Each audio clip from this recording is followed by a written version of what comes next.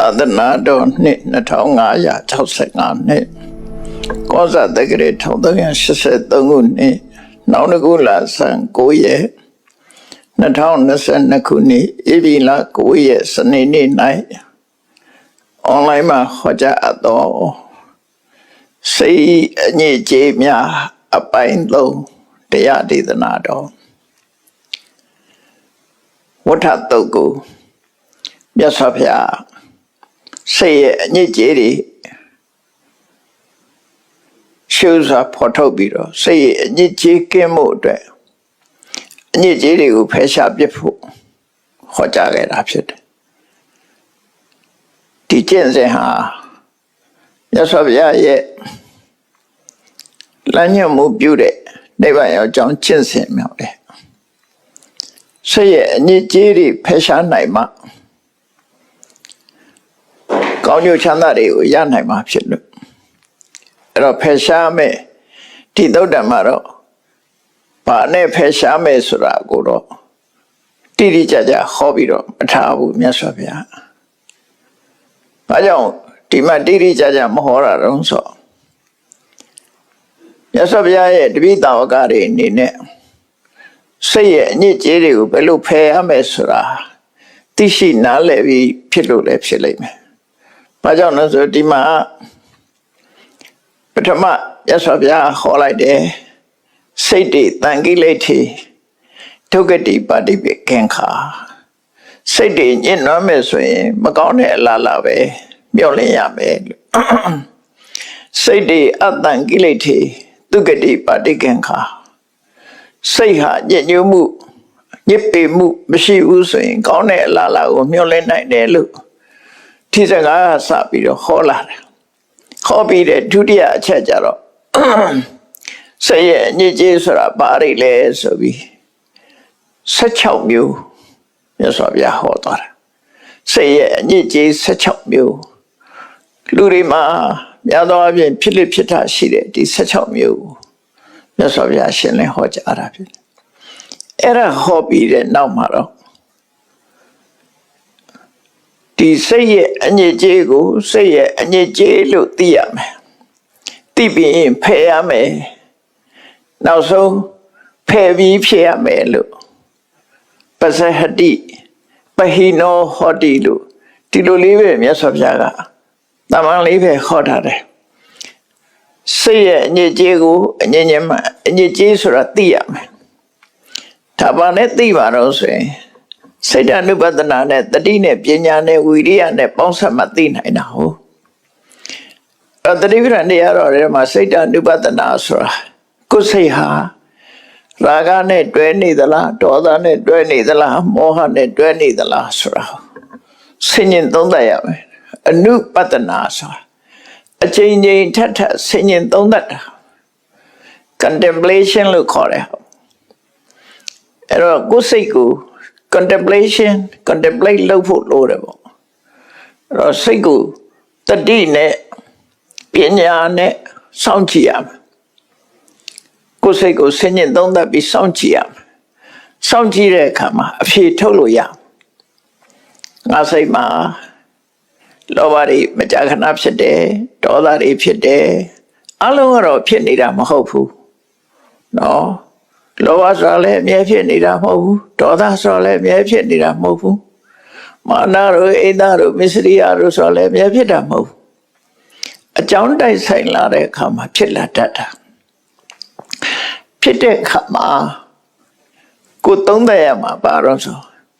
ဖြစ်လာတဲ့အကျိန်များသလား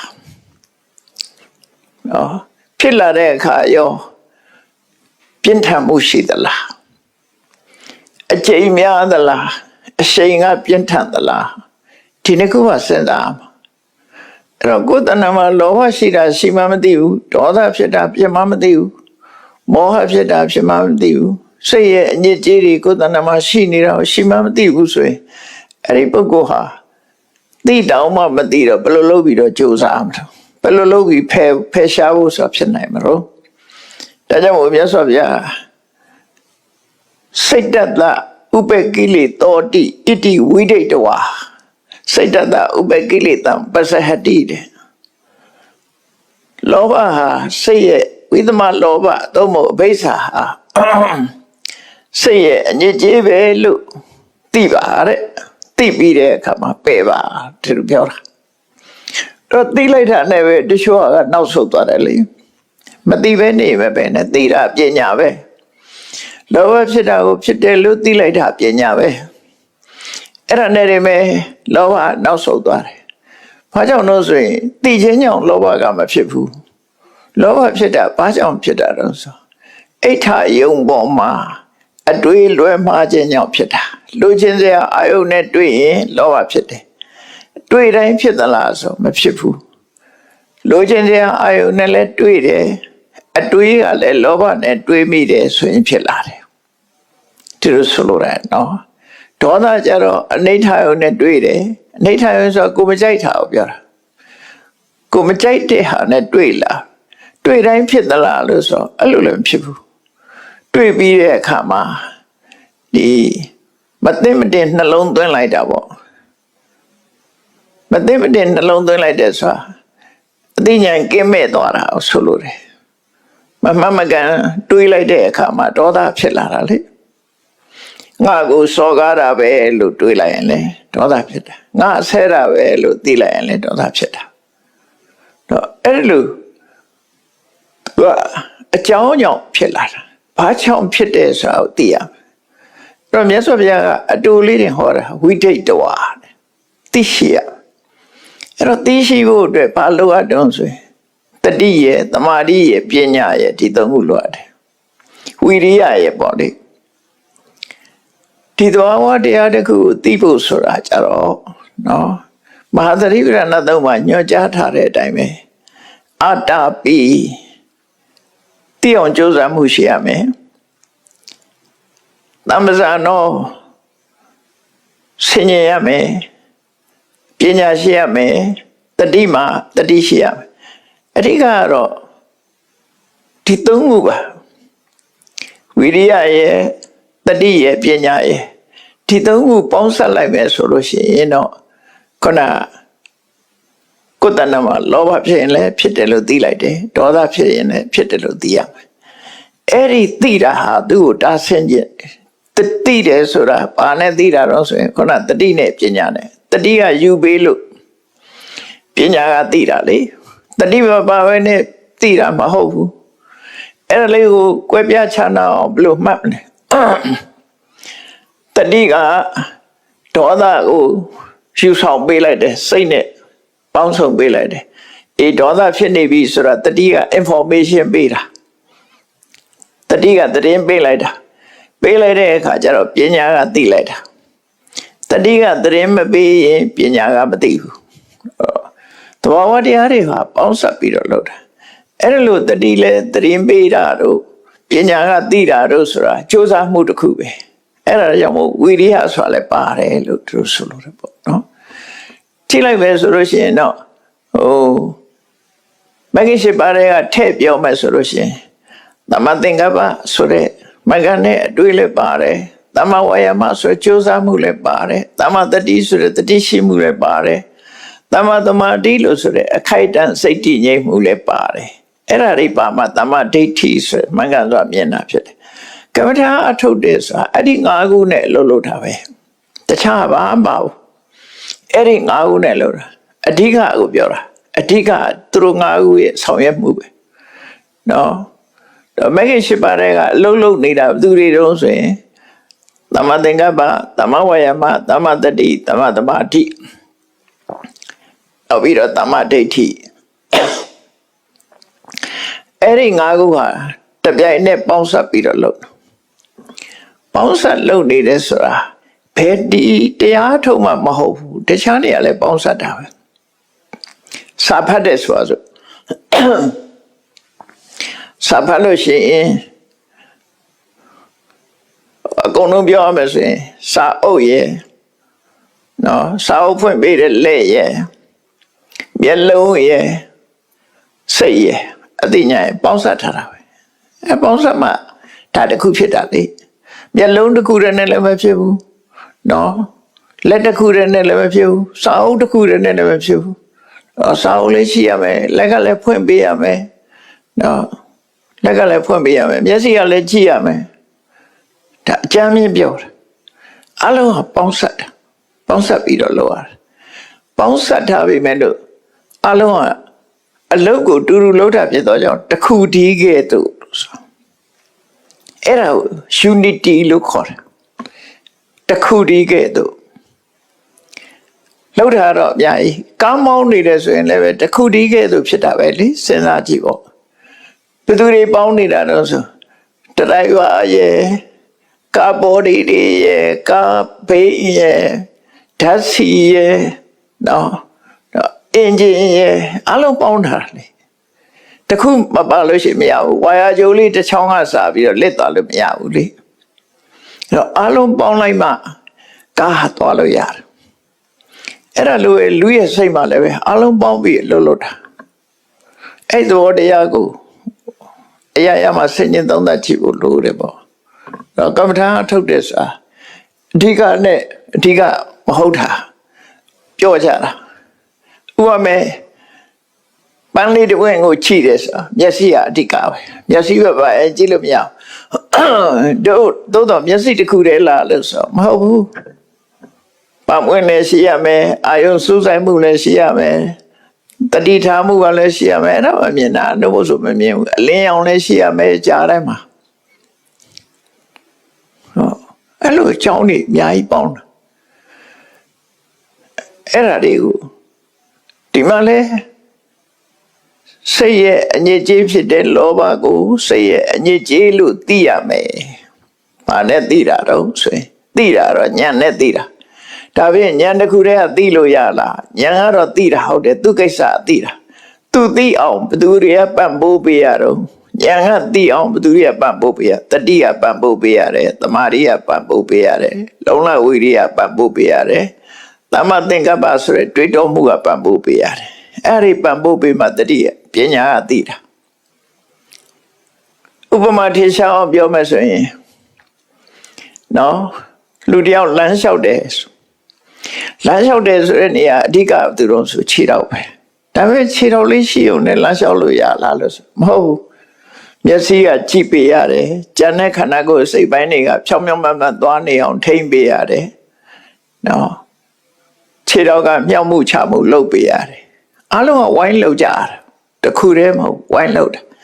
ဝိုင်းလုပ်တဲ့အခါမှာဖြောင်းမှတ်တဲ့လမ်းခရီးကိုရှောက်လှမ်းနိုင်တာဖြစ်တယ်ဘယ်ရာပဲဖြစ်ဖြစ်ပေါင်းစပ်ပြီးလုပ်တယ်ဆိုတာသတိထားဖို့ပေါ့အဲ့တော့မြတ်စွာဘုရားကဒီမှာလောဘအဘိဇ္ဇာဝိသမလောဘပြပါရဆိုတဲ့ဒီတရားဟာစိတ်ရဲ့အညစ်အကြေးလို့သိပါသိပြီးတဲ့အခါမှာအဲ့ဒါကိုဖယ်ရှားဖို့ကြိုးစားပါဖယ်ရှားပါလို့သူတို့ဟောတယ်ဘာနဲ့ဖယ်ရှားပါလို့တော့မဟောဘူးဒီမှာအဲ့တော့အထက်ကရာဆရာကဖြစ်ဆွက်ပေးတယ်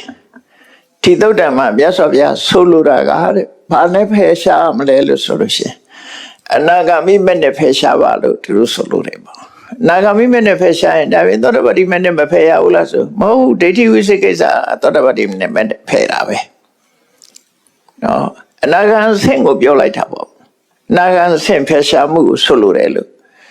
ဒါကတော့ဒီစိတ်ရဲ့အညစ်အကြေးတွေအလုံးဟာအရဟတမေကျမှာကုန်တာပါမနေ့ကပြောခဲ့တဲ့အတိုင်းပဲသောတပတိမဲ့နဲ့ဖယ်ရှားတဲ့စိတ်ရဲ့အညစ်အကြေးကမက်ခါတဲ့ပလသာတဲ့အိတ်သားတဲ့မစ္စရိယမာယတာထေယဒီ6ခုဒီ6ခုကသောတပတိမဲ့နဲ့ဖယ်ရှားတာအနာဂါမိနဲ့ဖယ်ရှားတာကပြပါရရဲ့ကောဓာရဲ့ဥပနာဟရဲ့ပမဒရဲ့ဒီ၄ခုဖယ်ရှားမှာအဲ့တော့သောတပတိမဲ့ဖယ်ရှားတာရဲ့အနာဂါမိနဲ့ဖယ်ရှားတာရဲ့6ခုနဲ့4ခုဆို10ခုပဲဖယ်ရှားသေးတယ်အရဟတမေနဲ့ကြတော့မှကျန်တာတွေကအဘိဇ္ဇဝိသမလောဘဓမ္မသာရမမာနအတိမာနမဒ္ဒ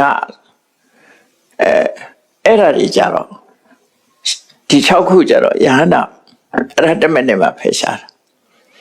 အဲ့တော့မြတ်စွာဘုရားဆိုလိုတာလေဒီနောက်ဆက်လာတာနဲ့ကြည့်ပြီးတော့ထက်ကရာဆရာကအနာဂါမိလို့မဲ့လို့ပြောတာအကုန်မဟုတ်သေးဘူးဘာလို့လဲဆိုနောက်ထပ်အရဟတမေရဖို့ကို ရသော်ဗျာဆက်ဟောမှဆိုလို့အခြေခံအဆင့်ဖယ်ရှားတာအနာဂတ်နဲ့ဖယ်ရှားတယ်ဆိုတဲ့အဆင့်ထိအောင်ဖွင့်ပြတာဒါဖြစ်တယ်ပေါ့ဒါသူ့အကြောင်းနဲ့သူဖွင့်ပြတာရသော်ဗျာဟောတာတော့ဒီနေရာမှာသိပြီးတော့ဖယ်ရှားတယ်ဆိုတာဘာနဲ့ဖယ်ရှားမလို့ဆိုရင်ပြောရမယ်ဆိုရင်တမာရီနဲ့ဖယ်ရှားမယ်ပညာနဲ့ဖယ်ရှားမယ်ဒီလိုပဲအကျဉ်းအပြည့်ပြောရမှာသီလတမာရီပညာနဲ့ပဲဖယ်ရှားမယ်လို့ပြောရမှာအဲ့လိုဖယ်ရှားလိုက်လို့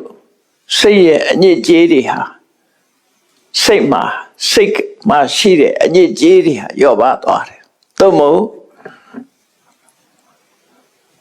ဒီသောတပန်ဖြစ်လိုက်တာနဲ့အညစ်အကြေး6ခုလျော့ပါသွားတယ်အနာဂတ်ဖြစ်လိုက်တာနဲ့နောက်ထပ်4ခုလျော့ပါသွား10ခုလျော့ပါသွားတယ်ဒီလိုဆိုလို့ရပေါ့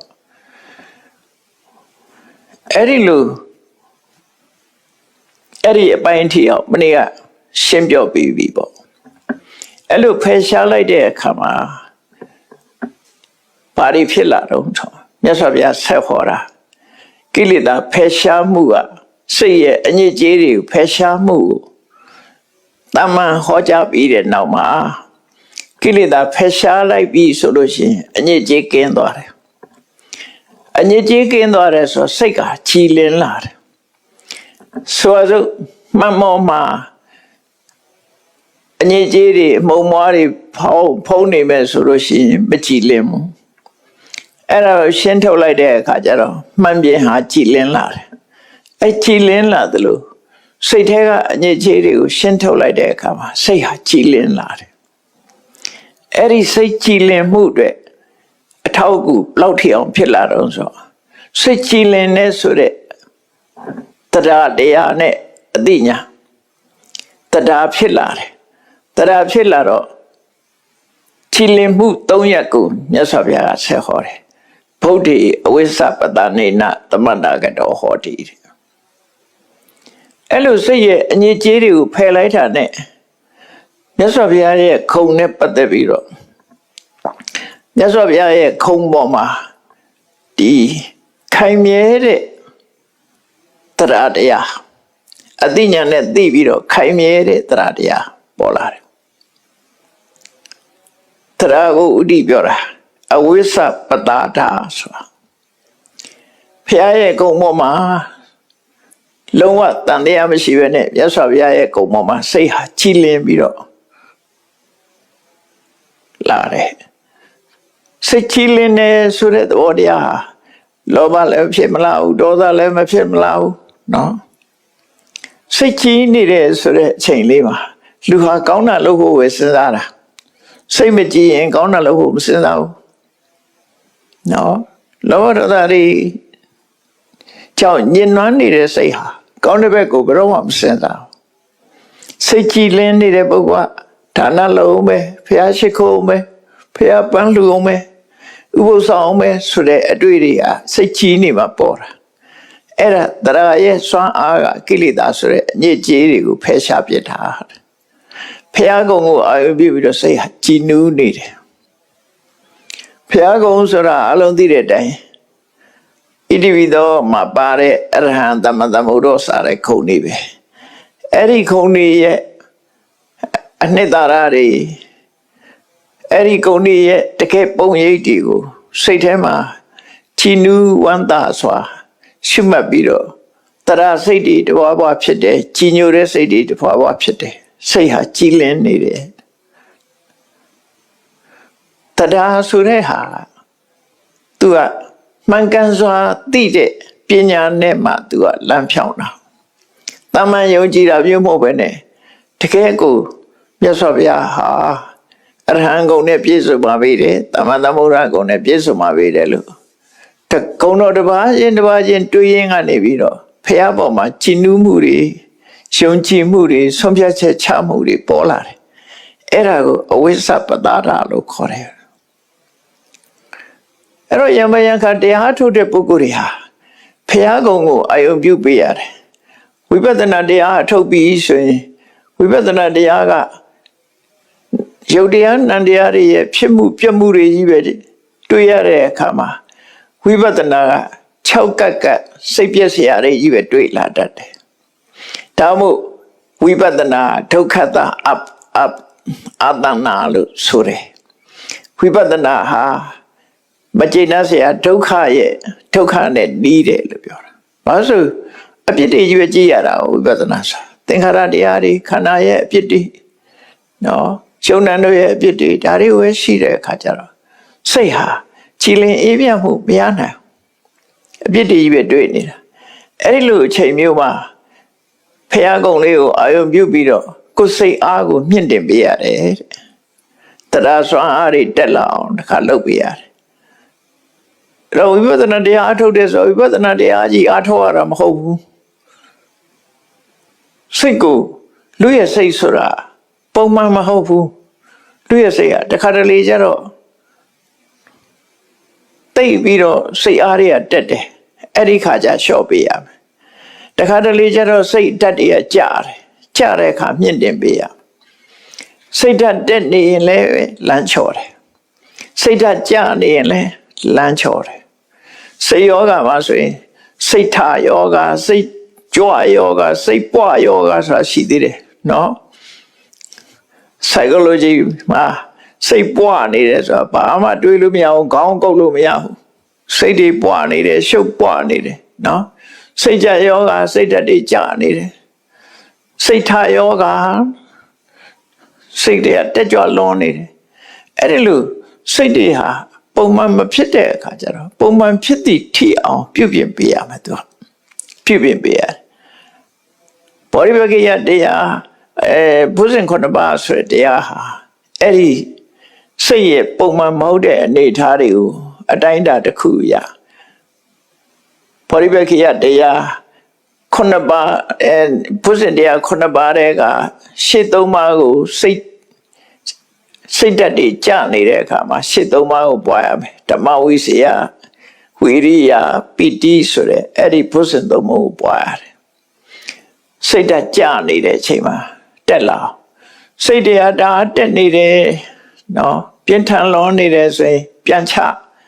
အဲ့ဒါကြဘာနဲ့ချပတ္တတိသမာဓိဥပေက္ခဆိုနောက်ဘုဇင်သုံးမျိုးနဲ့ချတတိကအတက်အကျကိုသိအောင်စောင့်ကြည့်ရမယ်အဲ့တော့ဘုဇင်9ပါးဟောတာအလကားမဟုတ်ဘူးမြတ်စွာဘုရားဘုဇင်9ပါးကကမ္မဋ္ဌာန်းအထုတ်တဲ့အချိန်မှာသူကထိန်းကြီးဖို့ဟောတာဒါအမှန်တမ်းခဲနေထိန်းကြီးပေးရမယ်မထိန်းလို့ရှိရင်လိုရစခန်းမရောက်နိုင်ဘူးအလုံးဟာ balance ဖြစ်ရမယ်နော်တည်ငြိမ်နေရမယ်ဒါကြောင့်စိတ်တက်နေစိတ်တွေတက်ကြွနေလို့ရှိရင်တစ်မျိုးစိတ်တွေကျနေလို့ရှိရင်တစ်မျိုးအလုံးကိုထိန်းကြီးပေးရတယ်သူဆိုလိုတယ်အဲ့တော့ကမ္မဋ္ဌာန်းထုတ်တဲ့အခါ guideline ပေးတာပဲဘုဇင်9ပါးဆိုတာအဲ့ဒါတွေလည်းသတိထားရတယ်ပေါ့တရားထုတ်တယ်ဆိုဒီတိုင်းပဲအားထုတ်နေလို့မရဘူးအဲ့တော့အတက်အကျချိပြီးတော့ပြုပြင်ထိမ့်သိမ့်သွားတာမျိုးအဲ့လိုကြိုးစားအထောက်ရမယ်လို့သူဆိုတယ်အဲ့တော့ရသော်ဗျာရဲ့ဂုဏ်ကိုရံခါအာယုံပြုလိုက်တဲ့အခါမှာတရားစိတ်တွေနဲ့ချီနူးမှုတွေတက်လာတယ်အဲ့ဒီချီနူးမှုတွေကိုအခြေခံပြီးတော့ဝိပဿနာတရားကိုပြန်သွားလို့ရတယ်ထို့တူပဲဖျားကုံကိုအာယုံပြုပြီးတော့ချီနူးမှုရတယ်လို့ပဲတရားကုံလေးကိုအာယုံပြုပြီးတော့လည်းချီနူးမှုတွေရတယ်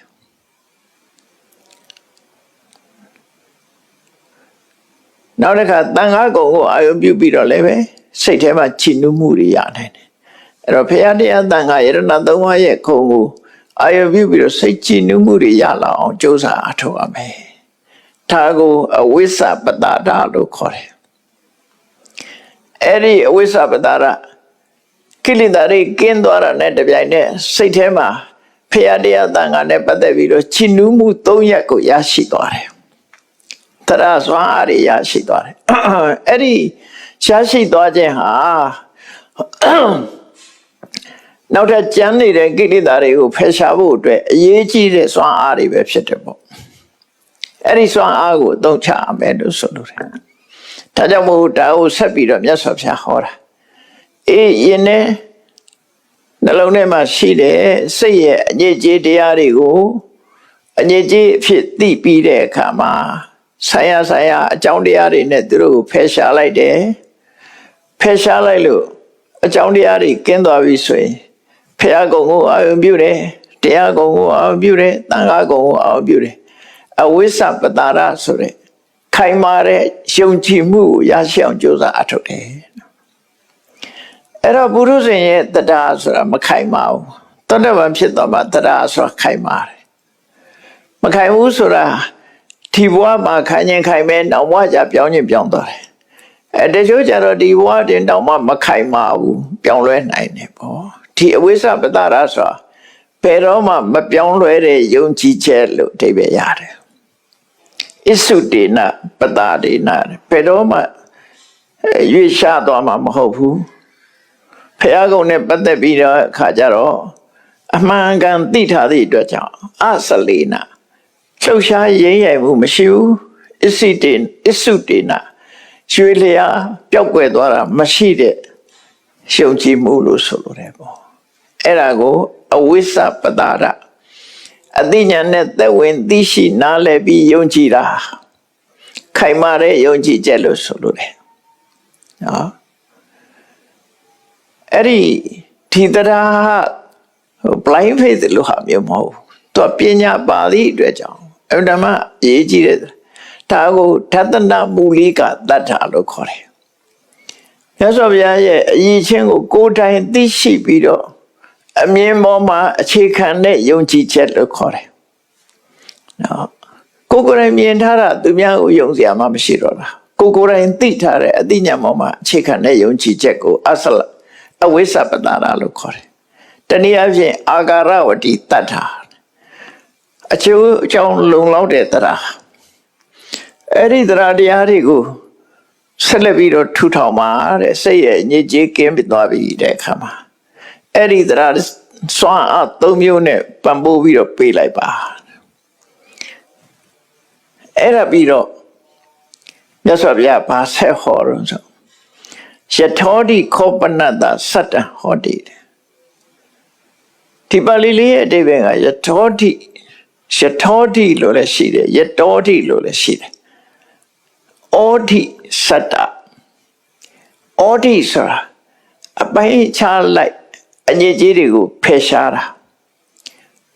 သူနဲ့သက်ဆိုင်ရာသူဖယ်ရှားသွားတာအကုန်လုံးဖယ်ရှားတာမဟုတ်ဘူးအဲ့တော့ဘာတွေကိုရည်ညွှန်းတာတော့ဆိုဩတိဆိုတာသောတပတိမေသရဂါမိမေအနာဂါမိမေဆိုတဲ့အောက်မတူအဓိကတော့သောတပတိမေနဲ့အနာဂါမိမေပေါ့သူကအကန့်အသတ်နဲ့ဖယ်ရှားတယ်လို့ဆိုလိုတယ်ဩတိရဲ့အဓိပ္ပာယ်ကအကန့်အသတ်ချက်အတိုင်းဖယ်ရှားတာနော်အကုန်လုံးမဖယ်ရှားနိုင်ဘူးအကန့်အသတ်နဲ့ပဲဖယ်ရှားတာအဲကြောင့်မို့အကန့်အသတ်လိုက်ဖယ်ရှားတယ်ဆိုတာခုနပြောခဲ့တဲ့သောတပတိမေနဲ့ကမက္ခပလာဒစသည်ဖယ်ရှားတယ်နာဂမိမေကပြဘာရစသည်ဖယ်ရှားတယ်အရဟတမေနဲ့ကအဘိဓါစသည်ဖယ်ရှားတယ်ဆိုဒါအကန့်အသတ်နဲ့ဖယ်ရှားတယ်လို့ခေါ်တယ်သောတပတိမေတို့နာဂမိမေတို့ဖယ်ရှားမှုကအပြည့်အစုံမဟုတ်သည့်အတွက်ကြောင့်ဩထိစတ္တအကန့်အသတ်အနေနဲ့သူကစတ္တဆိုတာစွန့်ပစ်တာစွန့်လွတ်လိုက်တာအဲ့ဒီမှာမြတ်စွာဘုရားသုံးထားတဲ့စကားပါတော့ဆိုရင်ယထောတိခောပနတ္တစတ္တံဟောတိဝန္တံဝိမု ക്ത ံပဟိနံပတိနိသထံလို့ဟောတယ်အထိပ္ပယ်ကပါတော့ဆိုရင်ရှင်ထဲမှာရှိတဲ့စိတ်ရဲ့အညစ်အကြေးတွေကိုအပိုင်းခြားအကန့်အသတ်နဲ့စွန့်ပစ်တယ်စတ္တဆိုစွန့်လွတ်လိုက်တယ်အဲ့တော့တချို့ကစွန့်လွတ်ပြီးတော့လည်းပြန်ယူတတ်သေးတယ်လေပြစ်လိုက်ပြီးမှပြန်ကောက်လာတာရှိသေးတယ်ဒါကြောင့်မို့နောက်စကားလုံးတစ်ခုထပ်ပြီးတော့သုံးတယ်မြတ်စွာဘုရားဝန္တံထွေးပြစ်လိုက်တာဝန္တံဆိုတာနောက်ထပ်ပြန်မယူတော့ဘူးလို့ဆိုလိုတယ်ပြန်မယူတော့စွန့်လွတ်လိုက်တယ်ထွေးထုတ်ပလိုက်တယ်အဲ့တော့ထွေးထုတ်ပလိုက်ပြီးတဲ့အခါကျတော့ထွေးတော့ထွေးတယ်အပြင်ထိအောင်အကုန်မရောက်ဘူးဆိုတာမျိုးကရှိတတ်သေးတယ်ဒါကြောင့်မို့ဝိမု ക്ത ံလုံးဝလွတ်သွားပြီအပြင်လုံးဝရောက်သွားပြီ ကိုရင်နဲ့မှမရှိတော့ဘူးရင်နဲ့လွတ်သွားပြီဝိမု ക്ത ပဟိနာပျောက်ွယ်ကိုသွားပြီပဋိနိဒထံလုံးဝလက်ကြံမရှိအောင်ဖယ်ရှားပလိုက်ပြီလို့ဆိုအဲ့တော့ဒီစကလုံးလေးတွေကတစ်ခုနဲ့တစ်ခုအားကိုပြီးဖယ်ရှားမှုကိုစွမ်းပို့ပြီးတော့ပြီးပြအောင်ဟောတာပဲဖြစ်တယ်နော်အဲ့တော့ဒီစကလုံး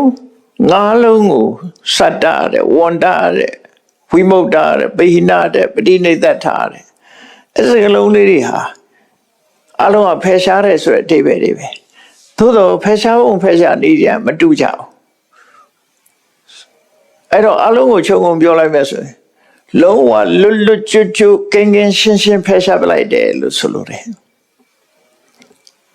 စိတ်ရဲ့အညစ်အကြေးတွေကိုလုံးဝတန့်စင်ပြလိုက်တယ်ဖျားကုံတရားကုံသံဃာကုံကိုအာယုပြုပြီးတော့လုံးဝတန့်စင်ပြလိုက်တယ်လုံးဝတန့်ရှင်းပြလိုက်တယ်လို့အဲ့ဒီအတိတ်ပဲကိုမြတ်စွာဘုရားဟောတာအဲ့တော့ဒီကိရိတာအညစ်အကြေးတွေနဲ့ပတ်သက်ပြီးတော့တာမန်ဆွလို့ရုံများမဟုတ်တော့ပဲနဲ့လုံးဝရှင်းထုတ်ဖယ်ရှားပလိုက်ပြီးဖျားကုံတရားကုံကိုအာယုပြုပြီးတော့ယင်းထဲမှာရှင်းသွားအောင်လုပ်တယ်ဖျားကုံတရားကုံသံဃာကုံအပြုပြီးတော့ယင်းထဲမှာရှင်းသွားတယ်အဲ့ဒီလိုလုပ်တော့ဘယ်လိုအကျိုးတွေရဖျားကုံတရားကုံကိုအာယုပြုပြီးတော့ဖျားတရားသံဃာယရဏသုံးပါးရဲ့ကုံကိုအာယုပြုပြီးတော့ခိုင်မာတဲ့စိတ်ကြည်နူးမှုကိုရတဲ့ပုဂ္ဂိုလ်တယောက်ရှင်ထဲမှာရှိတဲ့ကိလေသာအညစ်အကြေးတွေကိုလုံးဝရှင်းထုတ်လိုက်တဲ့ပုဂ္ဂိုလ်တယောက်ဘယ်လိုအခြေအနေတွေဖြစ်လာတော့ဆိုသောလဗတိအထဝေဒံသောလဗတိဓမ္မဝေဒံလဗတိဓမ္မုပတဟိတံပမောဇ္ဇာအဲ့လိုရှင်းထုတ်လိုက်တာဆိုလို့ရှိရင်သူကမြတ်စွာဘုရားရဲ့ပေါ်မှာလုံးဝကြည်ညိုပြီးတော့အနှစ်သာရပြေဝတယ်မြတ်စွာဘုရားရဲ့ခုံအရေးချင်းတွေပေါ်မှာတက်ရောက်ပြီးတော့လုံးဝကြည်ညိုတဲ့ကြည်နူးတဲ့လုံးဝသိတဲ့ဝမ်းမြောက်ကြည်နူးမှုနဲ့ဝမ်းမြောက်ကြည်နူးမှုနဲ့ရှင်တဲ့အသိဉာဏ်မျိုးကိုရတယ်ဝေဒဆိုတာဝမ်းသာခြင်းနဲ့အသိဉာဏ်ဝေဒဆိုတဲ့စကားလုံးကဝမ်းသာခြင်းနဲ့အသိဉာဏ်နှစ်ခုဟောတယ်နော်လဗတိအထဝေဒံဖျားကုံပေါ်မှာတက်ရောက်မှုရှိနေတဲ့ကြည်နူးမှုသောမနတဆိုဝန္တာမှုနဲ့သောမနတညာဏတံပယုတ်တာသောမနတဆိုတဲ့ဉာဏ်နဲ့ရှင်းတဲ့သောမနတနဲ့ရှင်းတဲ့ဉာဏ်နော်ဝန္တာမှုနဲ့သိမြင်မှုဝန္တာခြင်းသိခြင်းဆိုတဲ့ဒီအဓိပ္ပာယ်နှစ်ခုယူပြီးတော့လဗတိအထဝေဒံလဗတိဓမ္မဝေဒံအထဆိုတာချင်းကတ်ထိုက်လို့သိမ့်ပိုက်ထိုက်လို့ရှားယူထားထိုက်လို့အထဖျားကုံတော်တွေဟာချင်းကတ်တိုက်တယ်သွားပြီးတော့ကိုးကွယ်တိုက်တယ်အရေးချင်းတွေဖြစ်လို့အထအဲ့ဒီဖျားကုံတော်တွေဟာမကောင်းတဲ့ဘဝကိုမရောက်အောင်တားဆီးပေးနိုင်တာဖြစ်သောကြောင့်သူကဓမ္မအထဓမ္မထိတိပဲနဲ့လည်းဖွင့်တယ်နောက်တနည်းကအထကအကျိုးဓမ္မကအကြောင်းအကျိုးဖြစ်တဲ့အရာကိုလည်းသိမြင်တယ်အကြောင်းဖြစ်တဲ့အရာကိုလည်းသိမြင်တယ်ဝန္တာချစ်နူးမှုတွေဖြစ်တယ်အဲ့တော့ဘုရားကုံတရားကုံအားကုံအပြုလို့တရားတရားတွေတိုးတက်လာပြီဆိုရင်ဘာဆက်ဖြစ်လာတော့ဆိုရင်ဝန္တာခြင်းနဲ့ဝန္တာမှုနဲ့ရှင်တယ်ဝန္တာခြင်းနဲ့အသိဉာဏ်ဒီနှမျိုးထပ်ပြီးတော့ရရှိလာတယ်လို့ပြောတာဝိဓာဆိုတဲ့ဝန္တာမှုနဲ့အသိဉာဏ်ဒီနှစ်ခုကောင်းကောင်းကြီးပြန်ရလာတယ်အထုဓမ္မတံဟိတဓမ္မတံဟိတပါမောဇ္ဇာအထဝေဒီအထဝေဒဓမ္မဝေဒဓမ္မတံဟိတပါမောဇ္ဇာဒီသုံးမျိုးဟောတယ်ဒီသုံးမျိုးဟောတာဓမ္မုပတဟိတပါမောဇ္ဇာဆိုတာ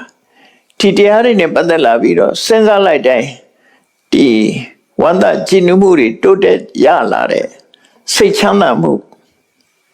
ပီတိဖြစ်မှုဆိုတာဒါတွေထပ်ပေါ်လာတယ်လို့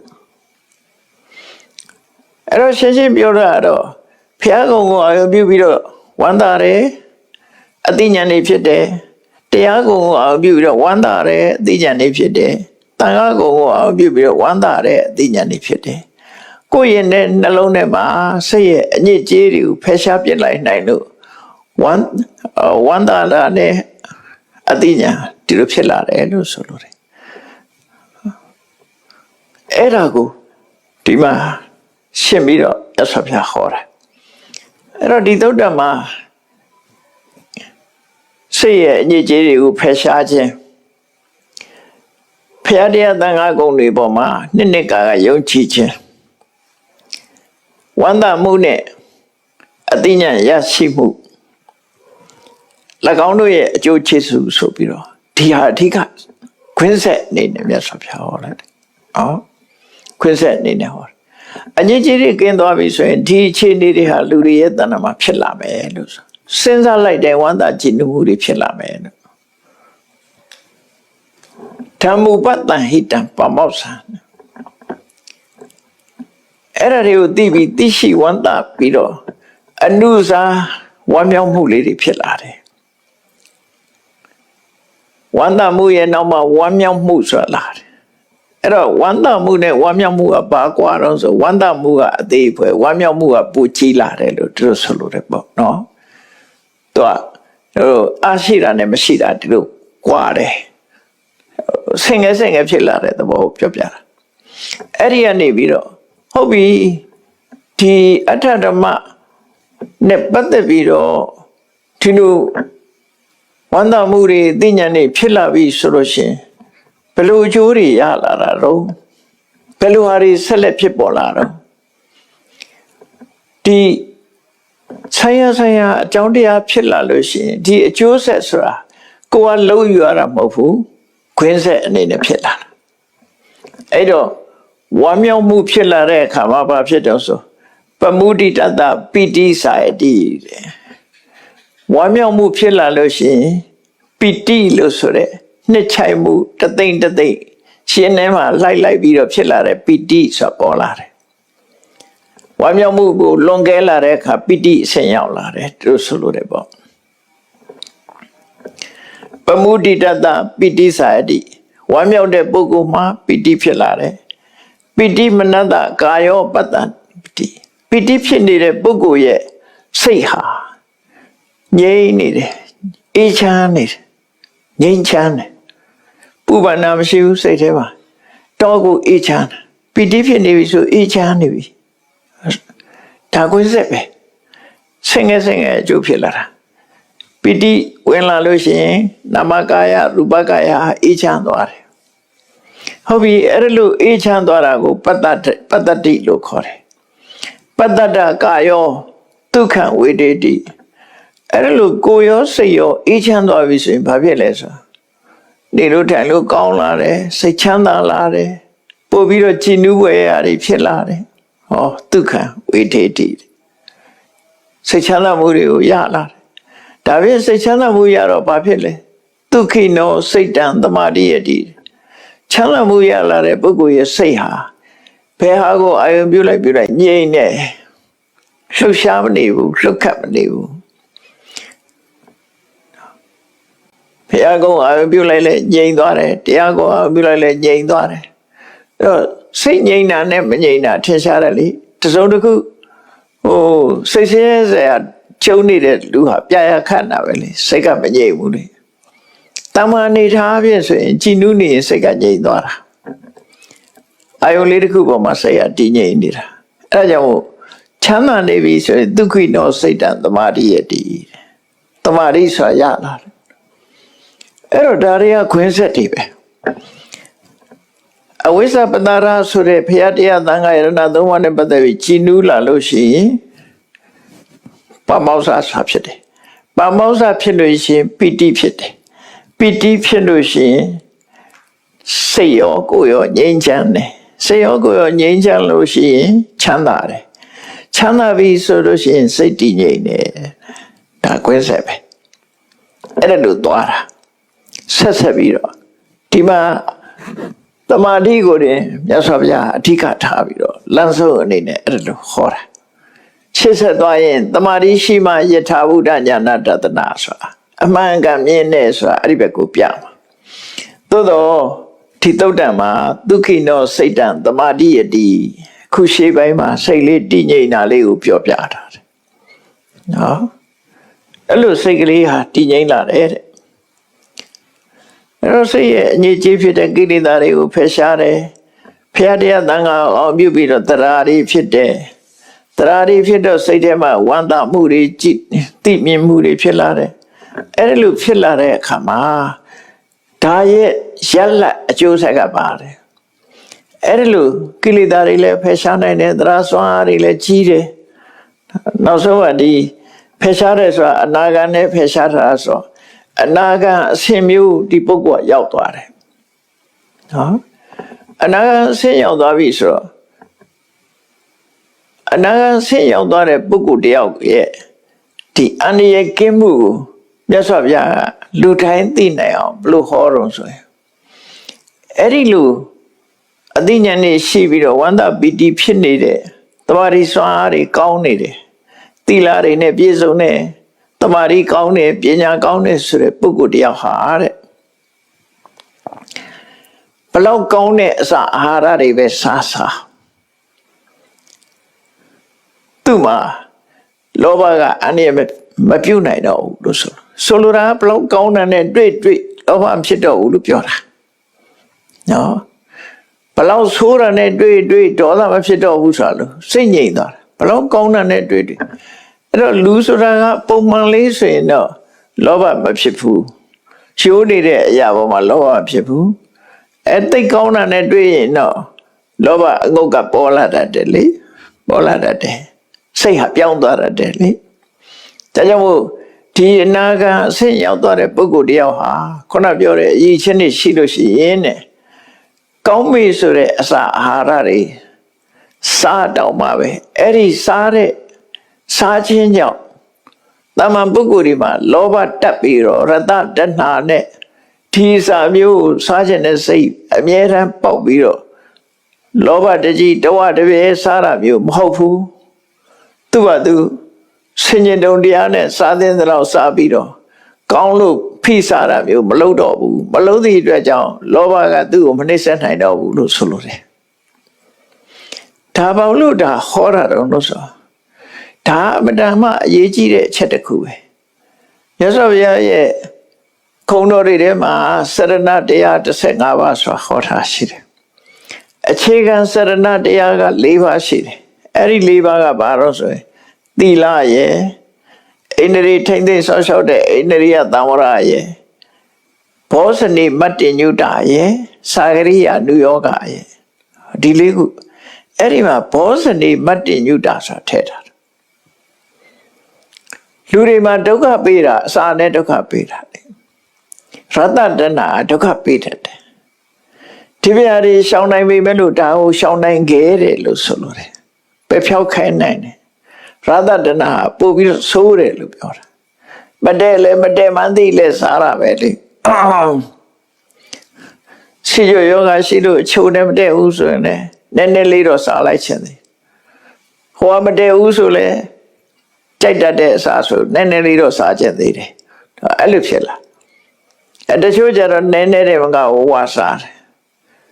ဘေးကလူကမစားဖို့တတိပေးရင်တော့ဝါစားပြီးသေမယ်လို့တောင်သူကပြောသေးတယ်အဲ့လိုတွေဖြစ်တယ်အဲ့ဒါကြောင့်မို့လို့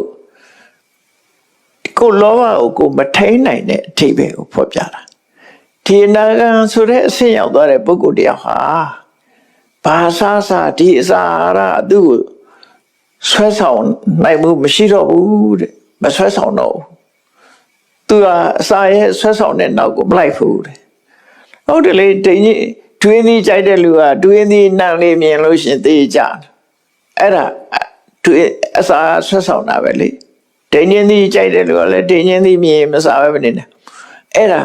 အစာရဲ့ဆွဲဆောင်မှုပဲအဲ့ဒီဆွဲဆောင်မှုတွေမခံရတော့ဘူးတဲ့ဘလောက်ကောင်းတာစားသူစိတ်ဟာလောဘရဲ့လွှမ်းမိုးမှုမခံရတော့ဘူးအနေရမဖြစ်တော့ဘူးလို့မြတ်စွာဘုရားဟောတယ်ဥပမာ ဆိုပါစို့တဲ့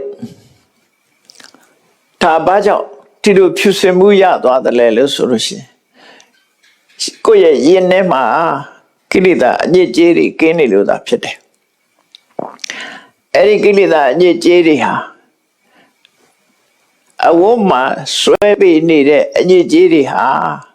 ရှည်တို့ဆပ်ပြတို့နဲ့ဖွတ်လျှော်လိုက်လို့ရှိရင်အဲ့ဒီအညစ်အကြေးဟာပျောက်ကွယ်သွားတယ်အဲ့ဒီပျောက်ကွယ်သွားသလိုအခုပြောခဲ့တဲ့အဝိဇ္ဇပတာရဆိုတဲ့ယုံကြည်မှုတွေခိုင်မာတဲ့ယုံကြည်မှုတွေဝန္တာမှုတွေကြည်နူးမှုတွေကနေပြီးတော့စိတ်ထဲကအညစ်အကြေးတွေကိုဆေးကြောပလိုက်တယ်ဆေးကြောပလိုက်တယ်တခါမတန်းစင်တဲ့ရွှေကိုမိုက်ခွက်တဲ့ထည့်ပြီးတော့ကျင်လိုက်တဲ့အခါမှာမတန်းစင်တာတွေကတန်းစင်သွားတယ်နော်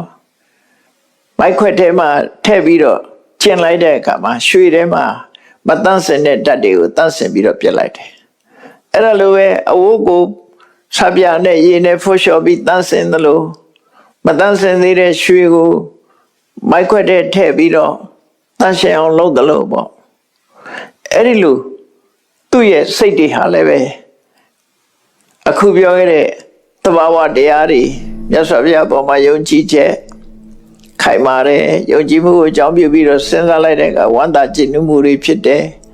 ဝန္တာကြည်နူးမှုတွေရဲ့အကျိုးဆက်တွေကိုဆင်ခြင်တဲ့အခါမှာပို့၍ဝန္တာကြည်နူးမှုတွေဖြစ်တယ်အဲ့ဒါတွေကနေပြီးတန်းစင်ဆေးကြောပြလိုက်တော့သူဟာလုံးဝတန်းရှင်းစင်ကြယ်သွားတဲ့အနေအထားမျိုးကိုရောက်တယ်လို့အဲ့လိုခေါ်တာမြတ်စွာဘုရားနော်ဟုတ်ပြီတမာတိရလာပြီဆိုရင်ဘာလို့အောင်မလဲနောက်ထပ်ဆက်ပြီးတော့ဘာဟောတော့ဆိုတော့မေတ္တာသဟဂတိနာစေတသာဧကံဓိတံပရိတဝဝိဟရတိပြမဝိဟရတရား၄ပါးကိုဒီသုတ်တန်ရဲ့နောက်ဆက်တွဲအနေနဲ့တစ်ခါထားဟောတယ်မြတ်စွာဘုရားဒါဘာကြောင့်လို့ဆိုရင်ခုနကစိတ်ရဲ့အညစ်အကြေးတွေထဲမှာဖော်ပြထားတာပါတော့ဆိုလောဘဒေါသပါတယ်လေအဲ့ဒေါသကိုတိုက်ရိုက်ဆေးကြောပေးနိုင်တဲ့တရားကတော့မေတ္တာပဲဖြစ်တယ်ပေါ့အဲ့ဒါကြောင့်မို့ဗြဟ္မဝိဟာရတရားကိုဆက်ပြီးတော့မြတ်စွာဘုရားဟောတယ်တဘာဝတရားဆိုတာဒီကမ္မဋ္ဌာန်းတွေကဘယ်ကမ္မဋ္ဌာန်းပဲဖြစ်ဖြစ်ရှင်တဲ့နှလုံးထဲမှာရှိတဲ့ကိလေသာတွေကိုတန်းစင်ဆေးကြောနိုင်တာအကြည့်ပဲဖရာကုံတော်ကလည်းပဲပွားမဲ့ဆိုရင်တန်းစင်ဆေးကြောနိုင်တယ်တရားကုံတော်ပွားပြီးတော့လည်းတန်းစင်ဆေးကြောလို့ရတယ်တန်ခါကုံပွားပြီးတော့လည်းတန်းစင်ဆေးကြောလို့ရတယ်အဲ့ထဲမှာထပ်ပြီးတော့မေတ္တာနဲ့တည့်ရဲ့သစ္စာနဲ့ဒေါသဆိုတဲ့အညစ်အကြေးကိုမေတ္တာဘာဝနာပွားပြီးတော့တန်းစင်ဆေးကြောမှုမြတ်စွာဘုရားပြတယ်ဒါကြောင့်မို့တရားကိုဆက်ဟောတယ်တော့မေတ္တာသဟဂတိနာအဲ့ဒီပုဂ္ဂိုလ်ဟာမေတ္တာတွေလွှမ်းခြုံထားတဲ့စိတ်နဲ့တဲ့အယမျက်နှာတစ်ခုကိုဖြန့်ပြီးတော့သူမေတ္တာစိတ်နဲ့ဖြန့်ပြီးတော့နေတယ်ဆိုတနည်းအားဖြင့်ပြောမယ်ဆိုလို့ရှိရင်အယမျက်နှာတစ်ခုဆိုပုဂ္ဂိုလ်တယောက်ပေါ်မှာမေတ္တာတွေဖြန့်နေတယ်ဖြန့်လိုက်တယ်အယမျက်နှာနဲ့ပြောမယ်ဆိုလို့ရှိရင်တော့အရှိရက်ကိုတစ်ခုကိုမေတ္တာဖြန့်တယ်ပုဂ္ဂိုလ်နဲ့ပြောမယ်ဆိုရင်ပုဂ္ဂိုလ်တယောက်ပေါ်မှာမေတ္တာဖြန့်လိုက်တယ်ပုဂ္ဂိုလ်တော်ယောက်ပေါ်မှာမေတ္တာဖြန့်ပြီးတော့နေလိုက်တယ်သူ့ရဲ့အကျိုးစီးပွားကိုလိုလားတဲ့စိတ်တွေတဖွာဖွာဖြစ်နေအောင်လုပ်တယ်နော်ချမ်းသာပါစေဆင်ပြေပါစေကျန်းမာပါစေဆိုရက်မေတ္တာစိတ်တွေဒီပုဂ္ဂိုလ်တူပေါ်မှာလွှမ်းခြုံပြီးတော့ဖြစ်သွားအောင်စင်စမဲ့ပြပို့ပေးတယ်အဲ့ဒီကနေသူထပ်ချဲ့လိုက်တယ်တထာဒုတိယတော့အရှိရက်ကိုမေတ္တာပို့တယ်ဆိုရင်တခါတောင်ရက်ကိုပို့လိုက်မယ်တထာတတိယနောက်တစ်ခုထပ်တိုးတယ်အနောက်ရက်နောက်တစ်ခုထပ်တိုးတယ်မြောက်ရက်ဟုတ်လားပထမအယမျက်နှာတစ်ခုကိုပို့တယ်ဒုတိယအယမျက်နှာတစ်ခုကိုထပ်တိုးတယ်ထပ်တိုးပြီးတတိယအယမျက်နှာတစ်ခုထပ်ပို့တိုးတယ်နောက်စတုထအယမျက်နှာတစ်ခုထပ်တိုးတယ်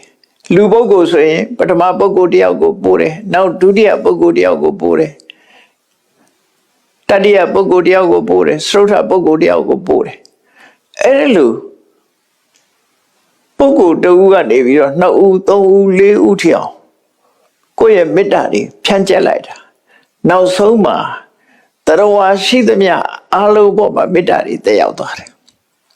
တဖြည်းဖြည်းချင်းဖြန့်သွားတာနော်တဖြည်းဖြည်းချင်းမေတ္တာကိုဖြန့်သွားတာဒီပုဂ္ဂိုလ်တယောက်ကနောက်တယောက်နောက်တယောက်ကနေနောက်တယောက်နောက်တယောက်ကနေတောက်တာတကဘာလုံးမှာရှိတဲ့တရဝါတွေအားလုံးနော်အယမျက်နာတွေအားလုံးဖြန့်လိုက်တယ်အထက်အောက်ပဲညာဝဲရာအလယ်မှာရှိတဲ့တရဝါတွေအားလုံးကိုနော်ကိုယ်နဲ့ဓာန်တူစိတ်အားကုန်စိုက်ပြီးတော့တရဝါအားလုံးပဝင်တဲ့တတ္တလောကကြီးတစ်ခုလုံးကိုချီးမားချေပြန့်လှတဲ့မေတ္တာဓာတ်နဲ့နေတယ်လို့သူတို့ဆိုတော့တယ်ချီးမားချေပြန့်တဲ့မေတ္တာဝိပုလေနမဟကတိနဝိပုလဆိုတာ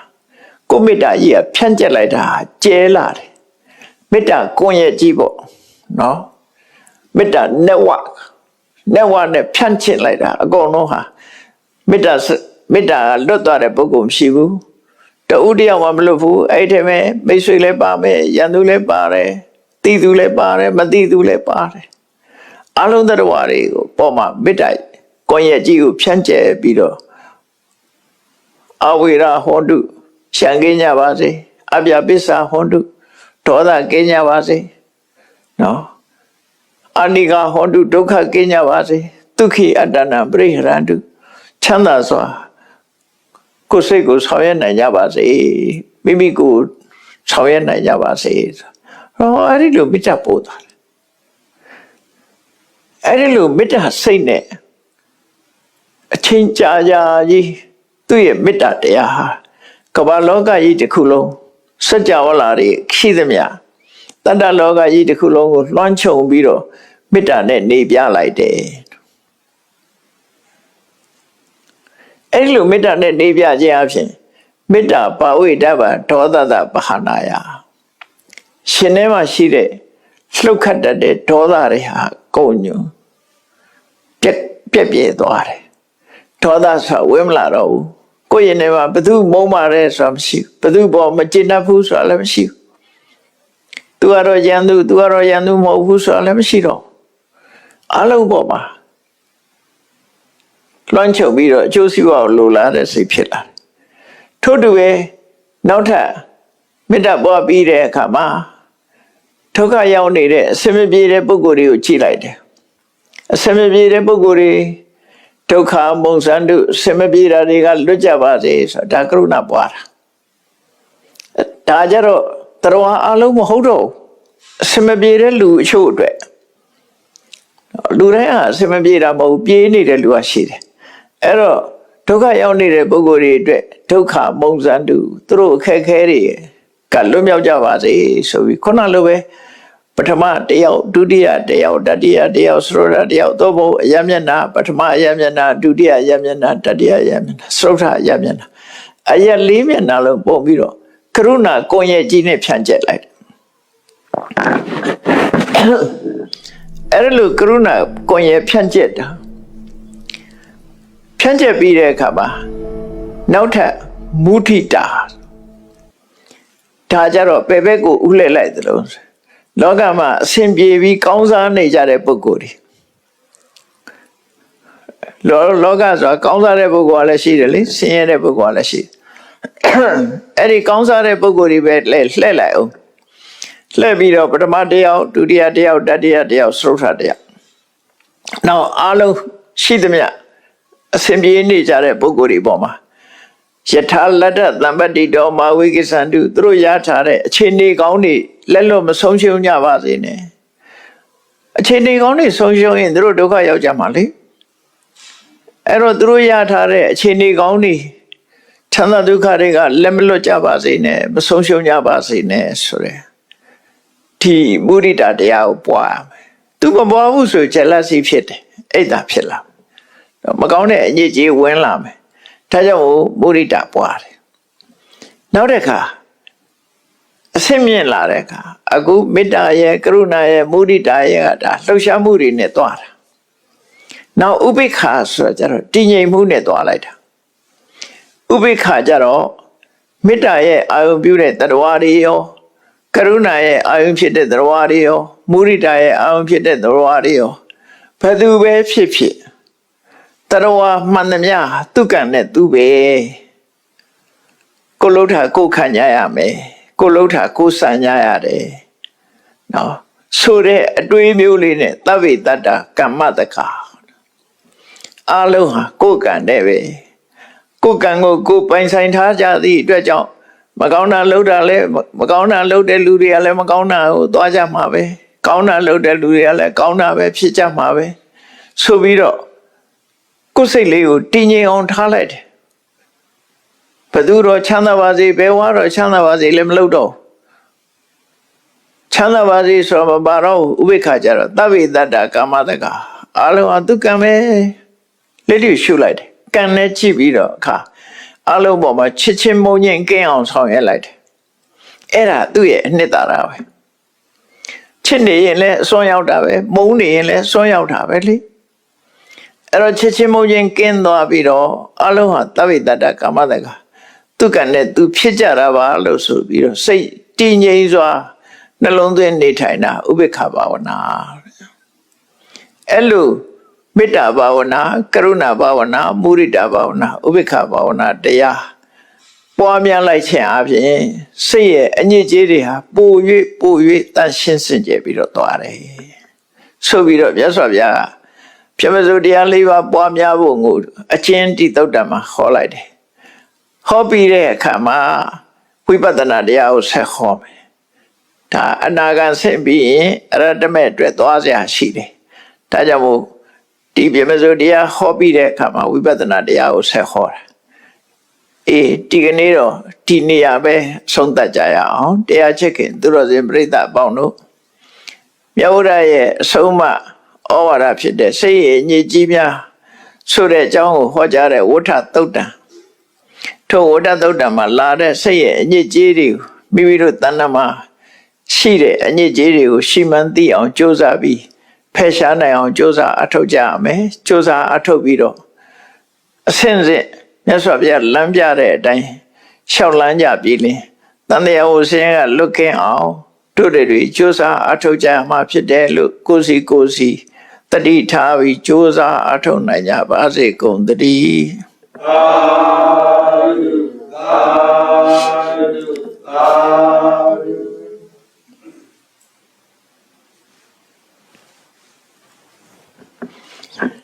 ရှိတချာရှင်ဖယားဖယားတပည့်တော်တို့သည်ဓမ္မအတိညာရှားရှိမှသာလျှင်နိဗ္ဗာန်ချမ်းသာကိုမျက်မှောက်ပြုနိုင်ပါသောကြောင့်ဓမ္မအတိညာရှားရှိစေရန်ရှိတန်ကြလျက်ဓမ္မသဘင်ဆင်ကျင်ပါပြုလို့ကြ၍အမတဒါနာဓမ္မဒါနာတရားအလှူတော်ကိုပေးလူကြပါကုန်၏တရားတော်မြတ်ကိုယုတိလေးမြတ်စွာမမတ်သားသာအာယုထားလျက်နာကြားကြပါကုန်၏တရားတော်မြတ်ကိုတတ္တဝဝတ္ထုအစုစုတို့ဖြင့်ပူဇော်ကြပါကုန်၏ယနေ့ယခုအာထုပြုလို့ကြရသောဤကောင်းမှုဤကုသိုလ်စုစုသည်နိဗ္ဗာန်ချမ်းသာ၏အကြောင်းထောက်ပံ့ဖြစ်ပါစေတည်းဤကောင်းမှု၏အဖို့ဘာကကိုအမိအဖအဖို့အဖွာဆရာသမားမဆ၍ကဘာသူကဘာသာ